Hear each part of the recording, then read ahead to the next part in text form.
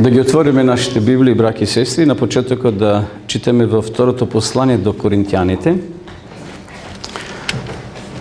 Второ послание до Коринтияните, 4 глава. Читаме познати стихови от 5 до 7 стих. 4 глава, от 5 до 7 стих. Еве што вели апостол Павле. Зашто ние не се проповедаме себе си,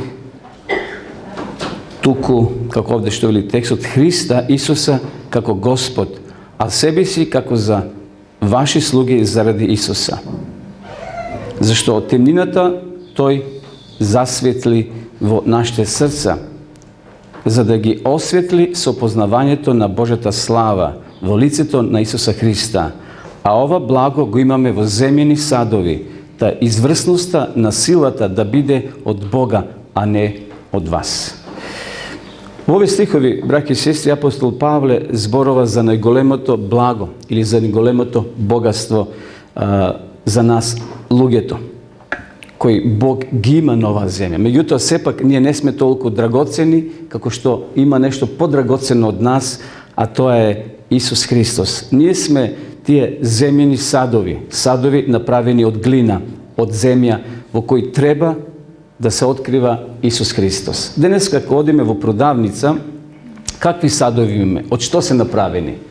Од керамика, од порцелан, од пластика и има некои садови кои се направени од глина, од земја. Нажалост ги нема по пазарите така често. Може би еднаш во годината кога доаѓа оној верскиот празник, како се викаше? Довден, да. Може имате дома такви поретки садови направени од земја, кои се печени, од глина кои се печени во оган. Меѓутоа, оно што посебно му дава значење на тие садови, браќи и сестри, не е надворешниот изглед кој го има тие земјени садови. Знаеме дека кога ќе одиме на продавници или на пазар, тие земјени садови се украсени со разни шари, со разни бои, лакирани и така натаму. Меѓутоа, главната цел на еден сад е содржината внатре што постои, а не надворешноста. Апостол Павле овде прави една метафора и ги споредува луѓето со глина. Нашето тело е слично на глина, браќи и сестри. Чувствително, грешно, несовршено и брзо се крши. Ние, навистина, ако одеме во прва Мојсеева, тамо во првата глава, ќе видиме и во втората глава како Бог го создал човекот. Тамо вели го направи од земја. И ние сме затоа кршливи. Ние сме обична материја. Нашето тело еден ден секако ќе биде преобразено. Нашето тело ќе биде обновено кога Исус ќе дојде по втор пат на оваа земја. Интересно, колку луѓето даваат пари за да го украсат тоа тело надворешно, односно да украсат таа глина. Стотици, илјадници евра се дават за да се украси таа глина од надвор. А може би помалку внимават што таа глина или тие садови поседуваат внатре. Токму денеска ние ќе размислуваме за прашањето што е поважно, амбалажата или содржината. Овде во 7 стих читавме дека ние сме тие садови кои треба внатре да го имаме Исуса Христа. Овде имам две кутии. Не ви откривам што има внатре. Едната е спакувана од обичен весник, а ова е со посјајна хартија. За кого ние ќе се одлучиме ако треба да бираме? За кого луѓето претежно се одлучуваат? За која кутија? Зошто? Затоа што имам мечиња овде? Мислев да најдам хартија од цемент, од вреќа, па тоа да го спакував. Ке рече, кој тоа го сака? Меѓутоа, ѓаволот успева и денеска нас да не привлече токму со такви спаковани кутии, односно со убави сјајни хартии. Знаете, продавачите во продавница се многу вешти. Тие знаат психологијата на луѓето. Ние наседнуваме на амбалажата, а не на содржината.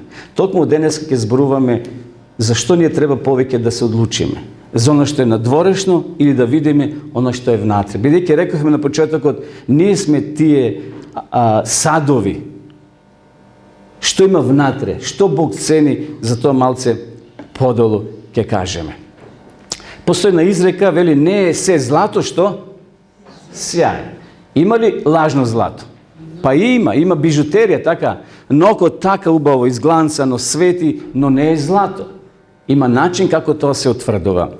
Ponekad očite može da ne prelažete. Evo je jedan čovjek bil vo Izrael, se našao na aerodromu vo Tel Aviv.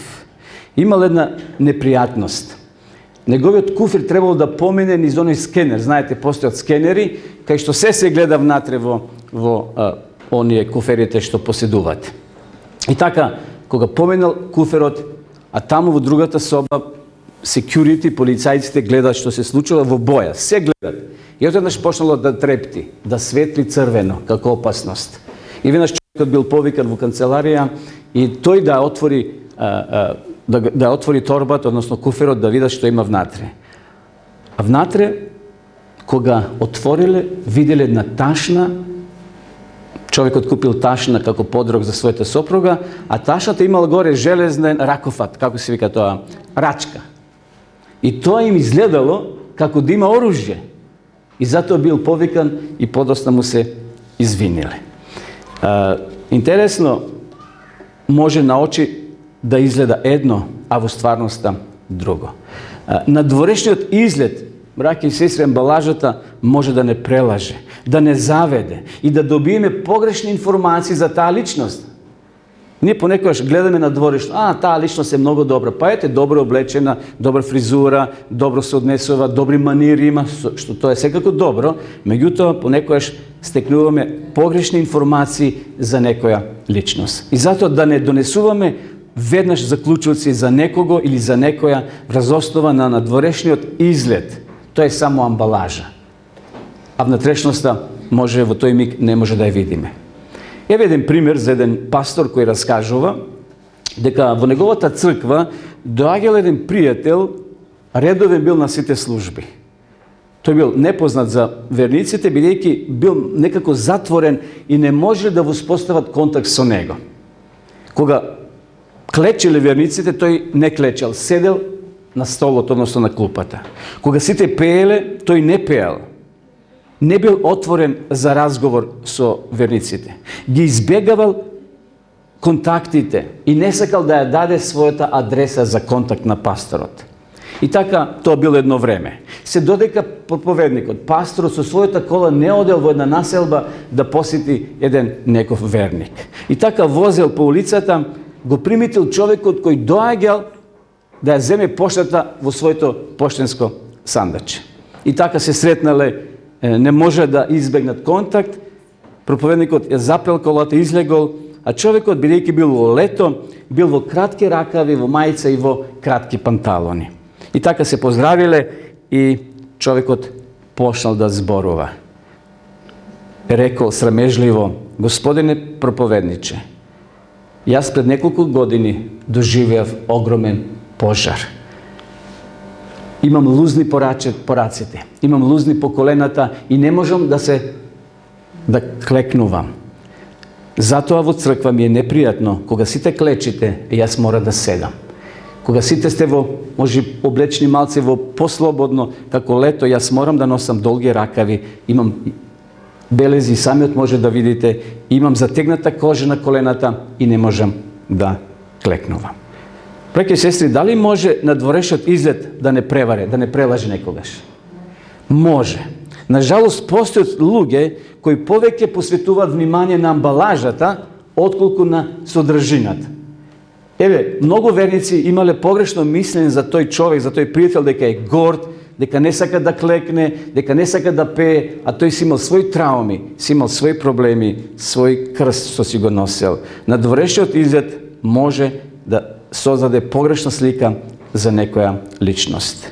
Или да донесеме пред време такви заклучуци што може да бидат сосема погрешни. Во книгата Здравје и среќа, еве што пишува: Бог луѓето не ги цени според нивното богатство, образование или општествен положај. Тој ги цени според чистотата на нивните пободи и племенитоста на нивниот карактер.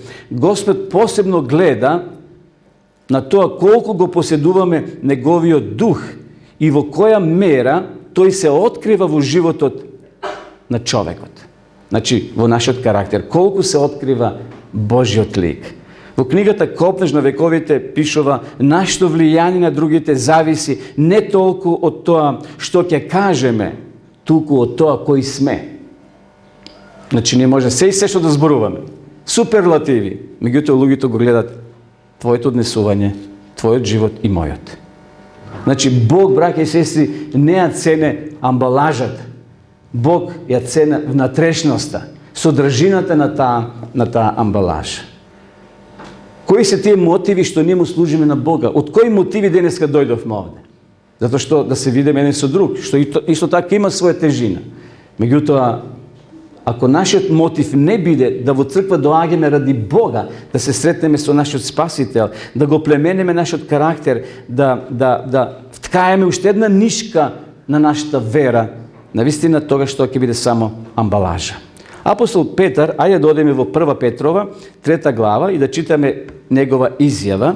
1 Петрова, 3 глава, од 3 до 4 вака вели: како треба да биде нашето однесување надворешно. Вашиот украс да не биде надворешен во плетење на косата, во ставање на злато или во обликување на разни облеки, туку од сокриениот човек на срцето во непропадливиот украс на кроткиот и мирен дух, што е од голема вредност пред Бога. Секако ние треба се чешлеме, треба да се дотеруваме. Петар не зборува за тоа, меѓутоа да не му даваме предност на амбалажата, на надворешноста. Туку Петар укажува на внатрешноста, нашиот карактер со што треба да биде украсен. Кроток и мирен дух е од поголема вредност пред Бога. Зашто така вели 5 стих?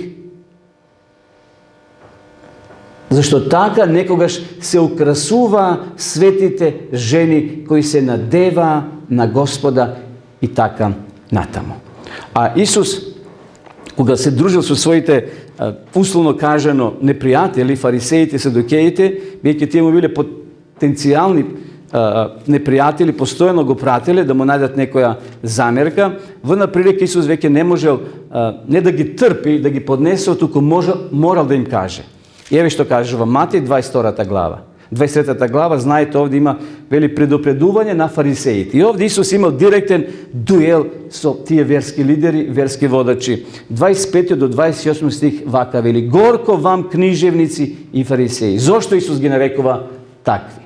Лицемери. Ја чистите надворешноста на чашата.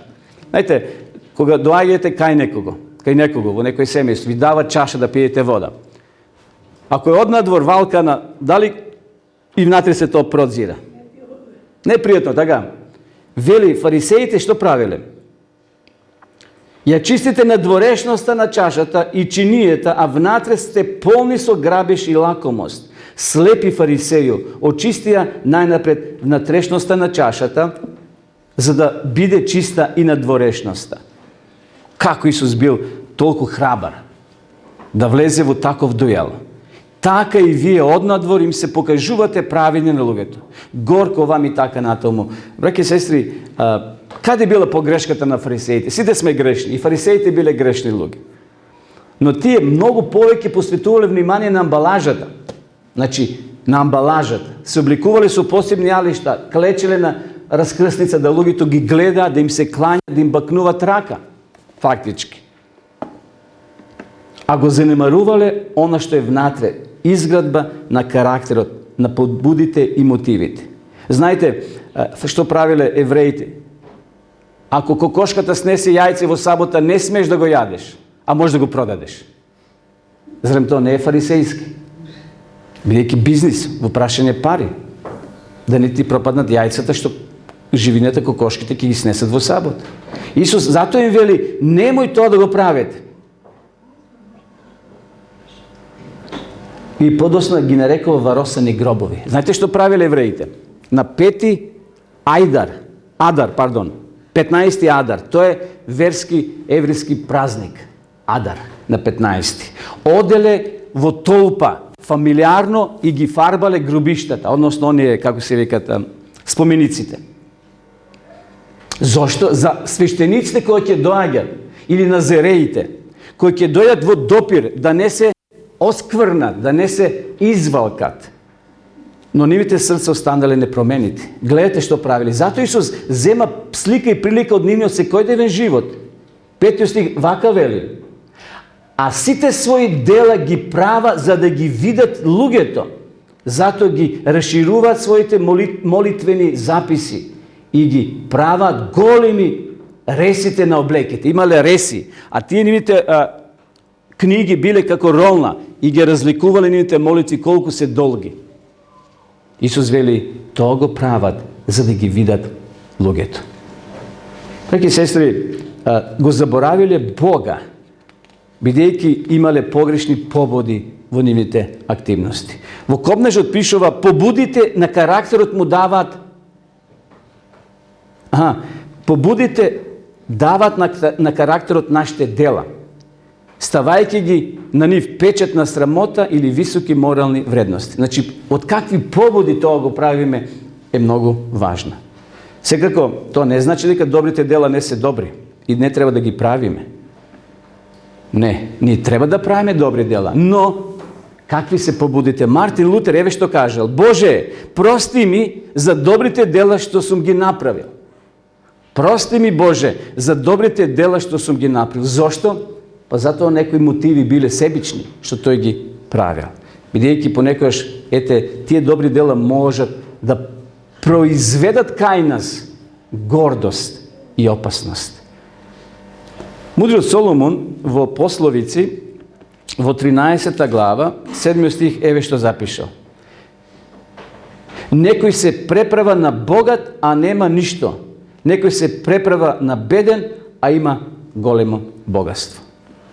Надвршната убавина, браќи и сестри, секако треба да ни биде таква какви што сме создадени и Бог такви не создал. Но ние повеќе треба да гледаме на внатрешноста, што внесуваме во таа амбалажа, каква е содржината. Во книгата Здравје и среќа пишува: белезите на христијанството не го сочинуваат надворешниот знак, носење на крст, избричено теме, односно глава, туку она што се открива во заедницата со Бога. Знаете, денеска може некој да стави голем крст, мал крст, или некои си ги бричат главите од верски причини, не зборувам од други причини, од верски причини, мислејќи дека на тој начин ќе го задоволат Бога. Понатаму друг цитат од истата книга Здравје и среќа вели: неопадливиот, доследниот и чист живот на вистинскиот христијанин зборува во прилог на вистината повеќе отколку најдобрите изговорени проповеди. Влијанието на еден човек зависи подалеку повеќе од она што тој го зборува. Значи, нашето влијание може да биде и позитивно и негативно на луѓето кои се околу нас. Нажалост, треба да констатираме, браќа и сестри, дека денеска во овој свет повеќе се посветува на амбалажата. И таа амбалажа, нажалост, не лажи често пати. Често пати донесуваме погрешни заклучоци. Гјаволот знае да ја спакова лагата во една убава, светла хартија. Овде читавме дека духот на пророштвото нагласува дека Бог повеќе посветува внимание на внатрешноста отколку на надворешноста. Во некои култури, например, ако имаш долга коса, тоа е во ред. И воопшто не те гледа дали носиш брада, дали имаш жена црна или маж бел. Воопшто тоа не е на дневен ред. Кај нас можеби се уште тоа се гледа. Понатаму, жена да носи панталони, тоа воопште, што викат србите, превазиđена ствар. Значи, работа која воопште не е во домен на дискусија. А во некои средини се уште тоа е табу тема. Се уште прашање за конфронтации. Меѓутоа, ако некој дојде во црква со долга коса денеска кај нас, може ние ќе го ставиме таму во втората и третата категорија, дека тој треба да си пострижи, дека тој треба да избриче брадата. И ние понекогаш гледаме амбалажа надворешна. А може тој човек е така добар, таа жена или таа личност е така добра, културна, полна со доблести добри. Што ако тој човек утре ја избриче брадата? Ќе го смениме или ние мислењето за него? Или ако се пострижи, да има кратки или да е скроз да се избриче главата? Ке име позитивно мислење? Или тој ако има подолга сукња или фустан, мислам таа личност утре ако донесе, влезе во просторијата со долг фустан да се влече скоро до подот. Ке име добро мислење, таа е христијанка и вредна или верна. Значи, понекогаш, браќа и сестри, ние донесуваме заклучок на амбалажата, на дворешно, кога ќе видиме прв пат личноста. Меѓутоа, ајде да читаме две библиски личности од Светото писмо и да се увериме дека Бог гледа на срце, Бог не гледа на дворешноста. Ќе одиме првим во книгата на пророк Самуил. Прва Самуилова, веќе ќе се подсетите и ќе се сетите дека станува збор за бирање на царот, на првиот цар, односно сега, кога првиот цар веќе заминал, Бог на Самуило му кажува: оди и да го одбереш човекот кој ќе го води Израел. Прва Самуилова, 16 глава. Читам 6 и 7 стих. Еве што пишува текстот. Кога дојдоа и кога Самуил го виде Елијав, си рече во себе си: без сомнение, еве пред Господа стои неговиот помазаник. Но Господ му рече на Самуила: гледайте сега, не гледај на неговата амбалажа. Ја го додавам тој збор амбалажа, а тука пишува на дворешност. Ни на неговиот висок раст, зашто го отврлив. Бог не гледа како што гледа човекот. Човекот гледа на лице, а Господ гледа што е во срцето. Самуило бил грешен човек како и ние. Самуило кога влегол во домот на ова семејство, на Јесие, првин пред себе ја гледа амбалажата. Видел едно убаво момче, високо, стасист, со добро граден, и бил таков. Секој би паднал на таква личност. Би паднал во смисла, би се определил дека тој треба да биде идниот водач. Си помислил, нема тука никаков промашај. Но ајде читаме во книгата Одгој, односно воспитување, што пишува. Таму се вели дека за Елијав бил добро момче, складен облик, убаво тело и со царско држење. Знаете, како отмено држење. А во книгата Патриарси и пророци се вели дека сите 7 Јесееви синови изгледале отмено. Елијав бил најстар. Неговите пријатни црти на лицето, добро развиено тело, го привлекле вниманието на пророкот. Посматрајќи го неговото царско држење, си помислил, со гаранција, тој е Божиот помазаник. Гледате како Самуило сгрешил. По надворешноста тој бил роден за цар. Меѓутоа Бог проговорил. Бог прозборил 7 стих. Но Господ му рече на Самуила: не е тој. Не гледај на надворешноста, ни на неговиот висок раст, зашто го отврлив. Бог не гледа како што гледа човекот. Наистина, браќи и сестри, кога сега читаме во Патриарси и пророци, еве што вели текстот. Никогаш надворешната убавина не може да ја привлече Божјата душа. Вистинската убавина на човекот ја прават мудроста и совршенството да се однесува според Божјата волја во својот карактер. Совршенството на срцето токму ја представува внатрешноста на душата, со која може да му угодиме на Бога. За тие вистини треба секојаш да бидеме свесни. Од Самуиловата грешка може да се научиме како погрешно проценуваме, која се заснова на убавината на лицето и на отменото држење. Значи, тука може и ние да се поучиме како што се поучил и самиот пророк Самуило, гледајќи на дворешноста на ова момче, но Бог, браќа и сестри, рекол не, тој не може да биде водач. И сега ќе споменеме при крајот за уште една личност, а тоа е Исус Христос. Според Библијата, дали Исус бил убав надворешна? Дали бил како овој што го спомнавме сега, синот на Јесие, Елијав? Дали Исус имал такви црти на неговото лице? Одиме во Исаија, 53 глава, и да видиме како Исаија ќе ни даде сега извештај како луѓето го гледале Исуса надворешно и како Исаија дал опис. 53 глава, 2 стих во книгата на пророк Исаија. Израсте пред него како нежно стебло. Тоа се, значи, компарација, односно споредба, како едно мало детенце кое расте како нежно стебло. Како корен од сува земја, немаше на него ни убавина, ни блесок, за да би сме се загледале во него, ни милозливост, за да би ни се допаднал. Беше презрен, отфрлен од луѓето, човек на болката, 3 стих, свикнат на страдањата, од кого секој го отстранува лицето. Интересно, за Исуса било проречено дека неговата надворешност како Месија нема да има некоја физичка привлечност. Надворешниот изглед на Исуса му била слаба страна, како човек. Неговата амбалажа, браќа и сестри, не била така сјајна, за да биде привлечен. Сушност, израелците така го замислувале, дека ќе дојде во убава амбалажа, ќе биде качен не на магаре, туку на што? На конј.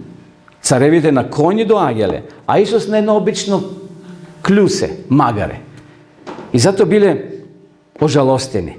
Тие гледале на надворешноста. А меѓутоа, Исус намерно тоа го правил. За луѓето да не бидат закачени на неговата амбалажа, туку на неговата внатрешност.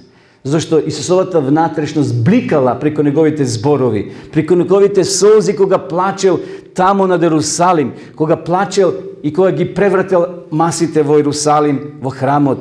Исус ја искажал својата внатрешност, својата љубов, својата милост кон сите луѓе со кои се дружел. Еве што пишува во Здрави и среќа за Исуса. Неговиот живот, да неговиот живот не бил во склоп со она што го проповедал, тој не можел да зборува со таква сигурност и сила како што зборува. Значи, за разлика од фарисеите кои надворешно чашата ја миеле, Исус бил и однадвор и однатре. Односно, она што го проповедал, тој го живеел. И сега, сосема на крај, прашање за нас, браќа и сестри. Што да сториме да нашата содржина внатре, не амбалажата, лесно се прави амбалажа. Внатрешноста, како да биде квалитетна. Читам уште еден цитат во книгата Здравје и среќа.